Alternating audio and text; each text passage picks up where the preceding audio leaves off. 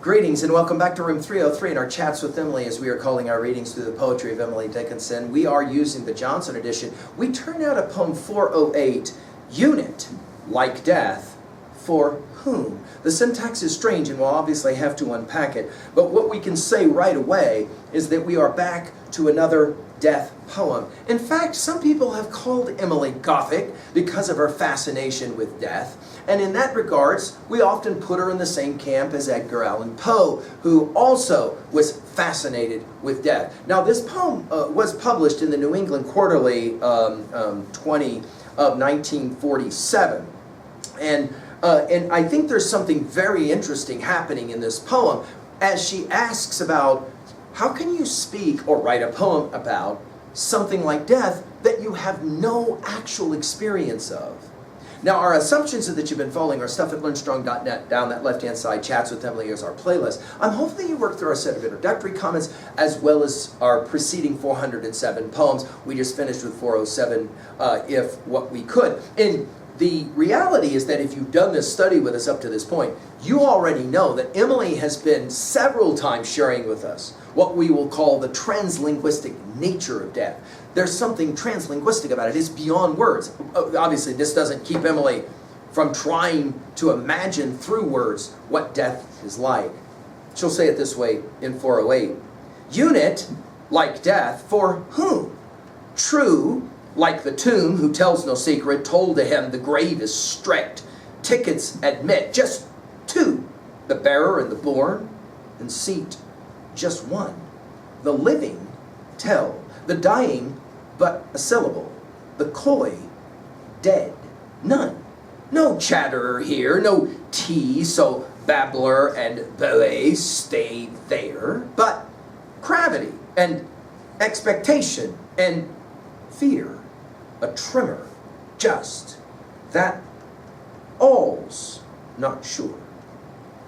Now, notice the word all is capitalized in the final line of this poem. Very quickly, think about unit as just simply her word for a thing. And what she's really asking then is, for whom is death explained before they die, right? Unit, like death, for whom? In other words, to what degree? The one thing that we all know must happen. We have not met any 200-year-old people, right? We know this is coming for us. So what will that experience be like? Unit, like death. For whom? How do you explain it? She says, true, like the tomb. Notice like used twice in the first two lines. In other words, we know that is coming. Who tells no secret. Now, secret here takes us back to poem 381. A secret told ceases to be a secret, then a secret kept that can appall but one. Better of it continual be afraid than it and whom you told it to beside. Of course, the grave holds its secrets. It doesn't share those secrets. By the way, notice that the word tell here gets used, and we saw it in 407, the previous poem, gets used here twice. Who tells no secret told to him. In other words, there's no disclosure. And of course, it will be someone like Emily that will point out that you will have that John 11 story of Lazarus dying and coming back after 3 days dead in the grave. But what's fascinating is there's no interview with Lazarus. There's no one that says to Lazarus, you were gone for 3 days. Dad, tell us what it was like. We'd love to hear from... No mention whatsoever. And so she'll say, it is a secret that is told to him, but of course the dead can't tell the secret to share it with anyone else. The grave is strict is the point. In other words, no talking. Tickets admit just two. It's interesting she would use the word tickets like a ride or something, right? The bearer and the born. In other words, there's, right? There's the pallbearer, the one that carries the dead body to the grave. And then, of course, there's the one that's being placed in the grave. And seat just one. There's only one of those that actually knows what's going on, but of course doesn't know because they're dead. Then she'll get to the living. Notice the living and the dying. The living tell. In other words, we talk about death. The dying, but a syllable. Right? In other words, there's nothing we can gain through the experience from the dead itself, right? The coy dead, and then she uses the dash, none, notice capitalized, dash, and then she'll say it. no chatter. And of course, this is one of those poems that led us to say, let's call this series Chats with Emily. No chatter here. Then she'll say it, no tea, so babbler and belly. This is her only use of that word, black china tea, in other words, a form of tea. Stay there. But what is it that we get? Gravity, which is interesting because it can work on so many different levels, that word.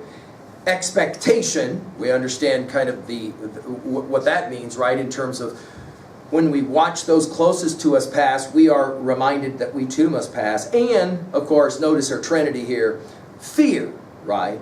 And then she'll say it, a tremor. Notice we go from the tomb to tremor, right? A tremor just, that all's not sure.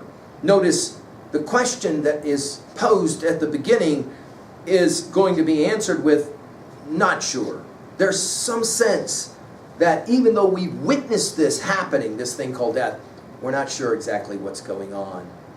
At 2a, I think that her point here is there's always uncertainty that will surround death and dying. At 2b, the strange syntax for line number 1, and Emily plays this game every once in a while, where you have to like work through that syntax to try and figure out what she's asking. Of course, what she's really asking is, who really living knows anything about dying? And yet we all know that it is, of course, coming. At 3a, reading a poem like this takes us back to John Donne's Holy Sonnet 10, Death Be Not Proud, and we've given full lectures on it at learnstrong.net if you want to run that one to ground. Finally, at 3b, what are your thoughts about death and dying, and to what degree is your study of Emily helping you to get some information? I hope so. Thank you.